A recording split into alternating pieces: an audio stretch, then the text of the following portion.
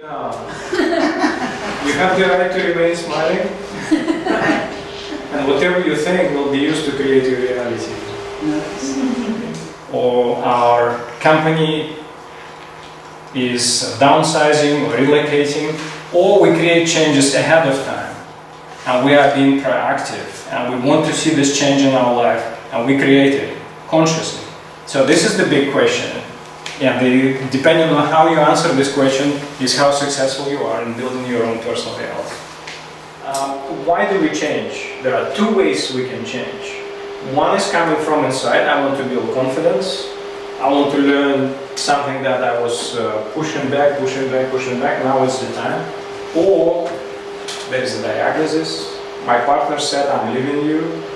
My boss says that we are shrinking, or something that is coming from our external environment. So we have to make a decision.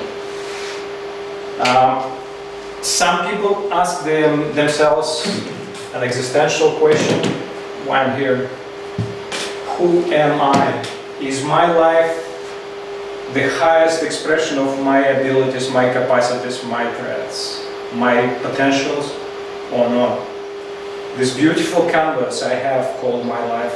Who is the author of every stroke of brush? How's the writing of the book of my life going? Who's the author? Is it my words? Are these my thoughts, or some culture, some stereotypes I picked up? How much is me in my life?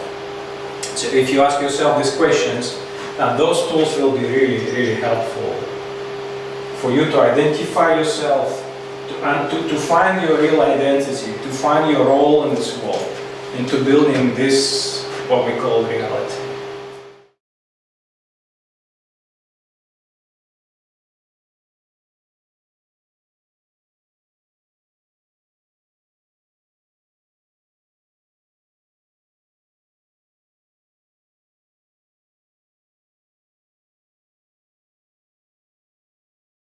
To understand how we create our lives. People say we create our lives, but how? What kind of machinery we have, biological machinery for that, and how it works. This class is about how to make your mind and body working together to create the reality that you always wanted. Since you all believe here that we are the creators of the reality, it's not the reality that creates our personality, it's our personality that creates our reality. We'll see how can we practically apply this, and I will be teaching you these two beautiful models that will give you some better understanding of how this works. We use a lot of neuroscience. It's neuroscience-based workshop. It is created by NeuroChangeSolutions with Dr. Dispenza, whom I will introduce in a minute.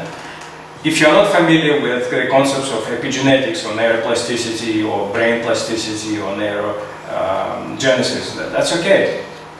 If these things are new to you, just take in as much as you comfortably can and make a note of what you did not understand. We can discuss it further, or you can make your own study post this workshop, all right?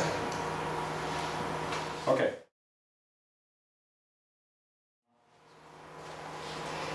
This seminar is created by NeuroChangeSolutions with Dr. Dispenza. Some of you are already familiar with his work. He is the best-selling author. He wrote 3 books that are still today, since 2010, still today are best-selling books in many countries. He is lecturer, he's given workshops and seminars and webinars. He's been speaking in, I believe, in more than 30 countries today. Just in the present. Well, stress is the response of the body when the body is knocked out of balance. Chemical balance, physical balance, emotional balance, any type of balance. Stress is a mechanism. It's not angry person, it's not stress. It's the reaction generated by my body. This is what is called stress. Stress is a good thing because we want to be in the homeostasis and the balance all the time. Stress is the response, and to the body it's the same whether it's happening right now or it happened in the past or may happen in the future. It will start releasing all the chemicals of stress. We are beautiful beings. By thought alone, we can engage the whole mechanism.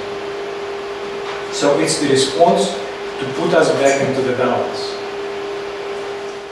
If you are fighting for the limited resources of 0.0001%, it means you are in survival mode. you put yourself in the survival mode. There is no one chasing you, there are no alligators on the streets of Geneva, last time I checked. You are not in a race, you are not in the army, there is no war. So every pressure is self-imposed. Dr. Joe teaches us that we will never change if we use our immediate environment as barometer for change. Because if we think equal to what surrounds us, we wake up at the same place at the same time, we brush our teeth with the same hand, we use the same mirror, we drive the same car to work, every day we follow the same routine. Where is our personality in this?